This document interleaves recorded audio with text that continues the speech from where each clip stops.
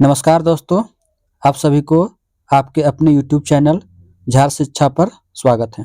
तो चलिए हम लोग झारखंड उत्पाद सिपाही 2025 के लिए प्रैक्टिस सेट नंबर 6 करते हैं। इसमें हम लोग कुल 20 प्रश्नों को देखेंगे जो कि जीव विज्ञान, भौतिक विज्ञान और रसायन विज्ञान के होंगे, जो कि आपके एग्जाम पैटर्न के हिसाब से इसको तैयार किया गया है। तो चलिए हम लोग स्टार्ट करते हैं पहले क्वेश्चन से। पहला क्वेश्चन है, पेनिसिलिन नामक प्रतिजैविक एंटीबायोटिक की खोज किसने की थी? तो प्रतिजैविक की खोज अलेक्जेंडर फ्लेमिंग ने की थी। किसने? तो अलेक्जेंडर फ्लेमिंग ने। ये अलेक्जेंडर फ्लेमिंग की तस्वीर है। अलेक्जेंडर फ्लेमिंग ने 1928 ईस्वी में फफूंद पेनिसिलियम नोटेटम से दुनिया के पहले व्यापक रूप से इस्तेमाल किए जाने वाले एंटीबायोटिक पेनिसिलिन की खोज की थी। अगला प्रश्न है, मानव हृदय यानी ह्यूमन हार्ट में कितने कोष्ठ चैम्बर होते हैं? तो ह्यूमन हृदय में कुल 4 कोष्ठ यानी चैम्बर होते हैं। ये वाला राइट ऑट्रियम, लेफ्ट ऑट्रियम, ये राइट वेंट्रिकल और ये लेफ्ट वेंट्रिकल, यानी कुल 4 कोष्ठक होते हैं।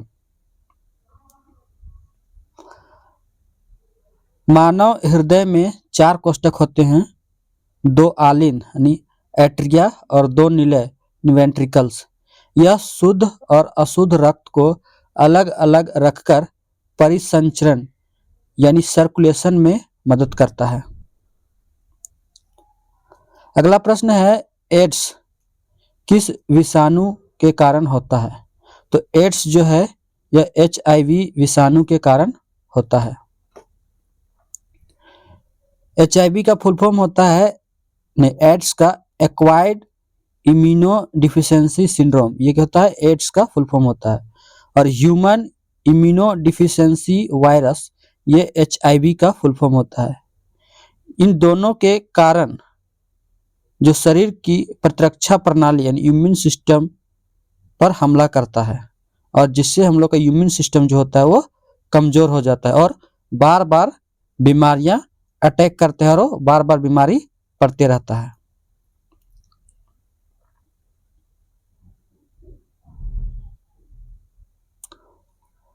अगला प्रश्न है, टमाटर का लाल रंग किसके कारण होता है? तो टमाटर में जो लाल रंग होता है वह लाइकोपीन के कारण होता है। किसके कारण? तो लाइकोपीन के कारण होता है। लाइकोपीन एक कैरोटीनॉइड वर्णक पिगमेंट है जो टमाटर, तरबूज और पपीते जैसे फलों को लाल रंग प्रदान करता है। किसको किसको? तो टमाटर, तरबूज और पपीते को यह लाल रंग प्रदान करता है। अगला प्रश्न है, पित्त यानी बाइल जो है रस कहाँ से स्रावित होता है? तो बाइल जो है यह यकृत यानी लीवर से स्रावित होता है। यह है आपका यकृत, इसी से बाइल यानी पित्त रस जो होता है वो स्रावित होता है। पित्त का उत्पादन यकृत में होता है और यह पित्ताशय यानी गॉल ब्लैडर में जमा होता है। पित्त वसा फैट के पाचन में महत्वपूर्ण भूमिका निभाता है। ये देखिए इसके लीवर के नीचे ये जो दिया हुआ है ये गॉल ब्लैडर है, तो इसी में जो बाइल होता है वह इकट्ठा होता है। अगला प्रश्न है, किस क्रिया या प्रक्रिया द्वारा पौधे रात में कार्बन डाइऑक्साइड CO2 छोड़ते हैं? तो किस क्रिया या फिर प्रतिक्रिया या फिर प्रक्रिया द्वारा पौधे जो होते हैं वो रात में कार्बन डाइऑक्साइड छोड़ते हैं? तो ये श्वसन यानी रिस्पायरेशन प्रक्रिया के द्वारा रात में पौधे जो होते हैं वो कार्बन डाइऑक्साइड छोड़ते हैं। पौधों में भी दिन रात श्वसन यानी रिस्पायरेशन की क्रिया होती रहती है जिसमें वे ऊर्जा के लिए ऑक्सीजन लेते हैं और कार्बन डाइऑक्साइड छोड़ते हैं। हालांकि दिन में प्रकाश संश्लेषण की दर श्वसन से अधिक होती है। अगला प्रश्न है, आनुवांशिक पदार्थ यानी जेनेटिक मटेरियल किसमें पाया जाता है? तो आनुवांशिक पदार्थ जो है यह केंद्रक यानी न्यूक्लियस में पाया जाता है।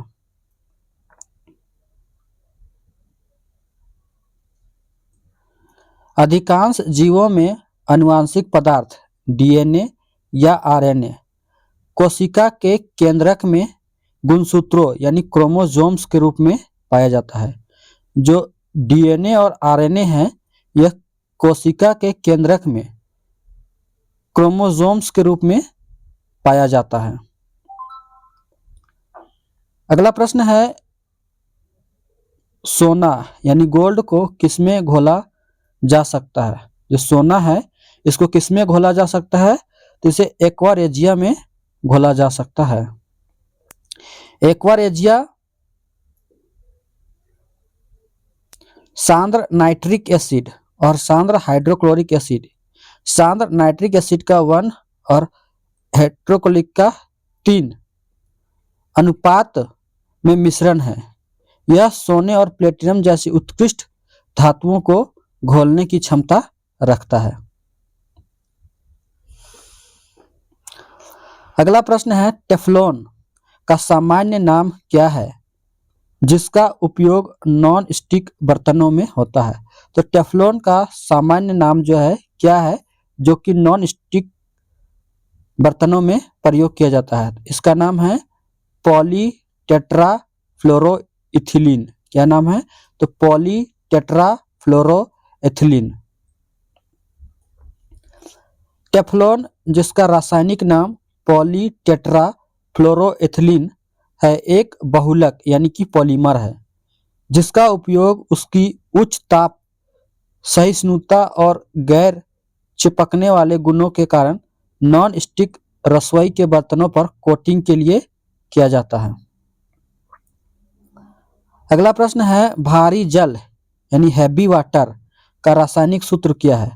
तो भारी जल का रासायनिक सूत्र D2O है।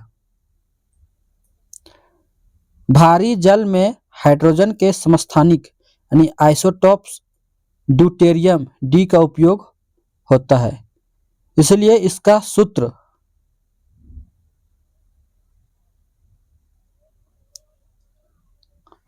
D2O है। इसका उपयोग मुख्य रूप से परमाणु रिएक्टरों में मॉडरेटर के रूप में किया जाता है। यानी भारी जल का जो उपयोग है वो परमाणु रिएक्टरों में मॉडरेटर के रूप में किया जाता है। अगला प्रश्न है, परमाणु के एक ही तत्व के परमाणु जिनका परमाणु संख्या यानी एटॉमिक नंबर समान हो लेकिन द्रव्यमान संख्या यानी मास नंबर भिन्न हो उसे क्या कहते हैं? यानी एटॉमिक नंबर जिसका समान हो और मास नंबर भिन्न हो यानी परमाणु द्रव्यमान भिन्न हो उसको क्या बोलते हैं? तो उसको आइसोटॉप्स बोलते हैं। क्या बोलते हैं? तो आइसोटॉप्स बोलते हैं यानी समस्थानिक।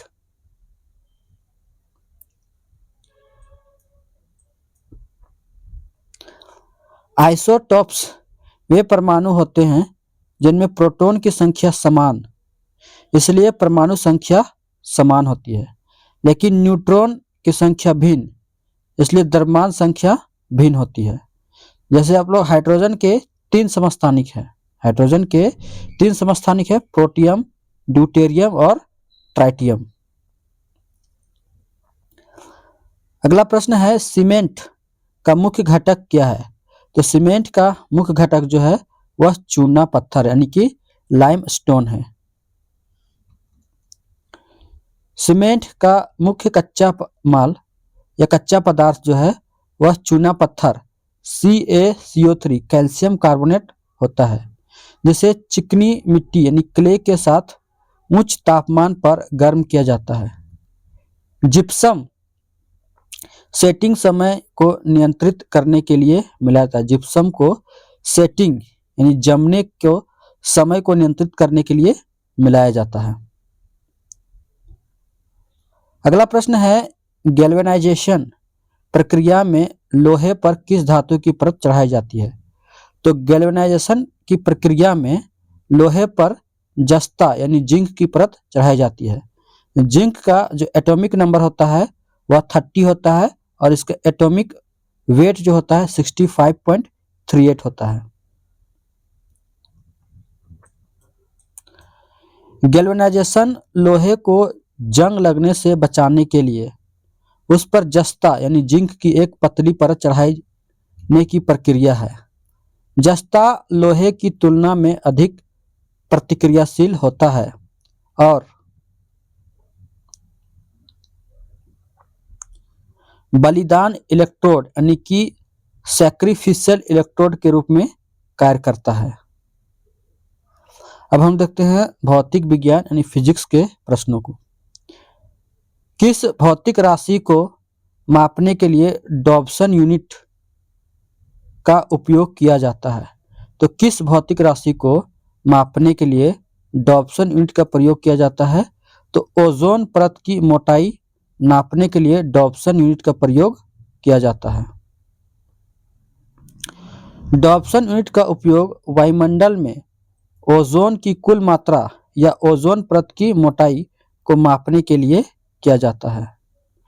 ओजोन का जो फॉर्मूला होता है वो O3 होता है। अगला प्रश्न है, यदि एक वस्तु वृत्ताकार पथ पर एक समान गति यानी यूनिफॉर्म स्पीड से चलती है तो उसकी कौन सी राशि बदलती रहती है?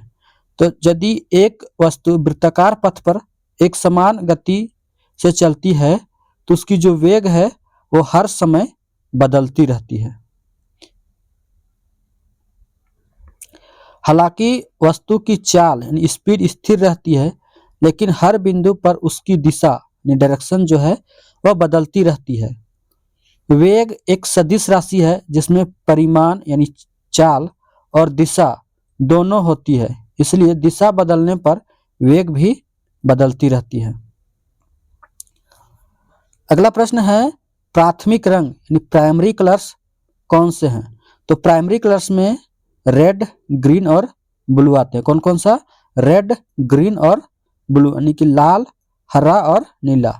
और जब प्राथमिक रंगों को मिलाया जाता है तो सेकेंडरी रंग बनता है, जैसे कि रेड और ग्रीन को मिलाने से येलो रंग बनता है। आपका ग्रीन और ब्लू को मिलाने से सियान रंग बनता है। उसके बाद ब्लू, रेड और ग्रीन तीनों को मिलाने से व्हाइट रंग की प्राप्ति होता है और ब्लू और रेड को मिलाने से मैजेंटा रंग बनता है। प्राथमिक रंग यानी एडिटिव प्राइमरी कलर तीनों को अलग अलग अनुपात में मिलाकर अन्य सभी रंग बनाए जा सकते हैं।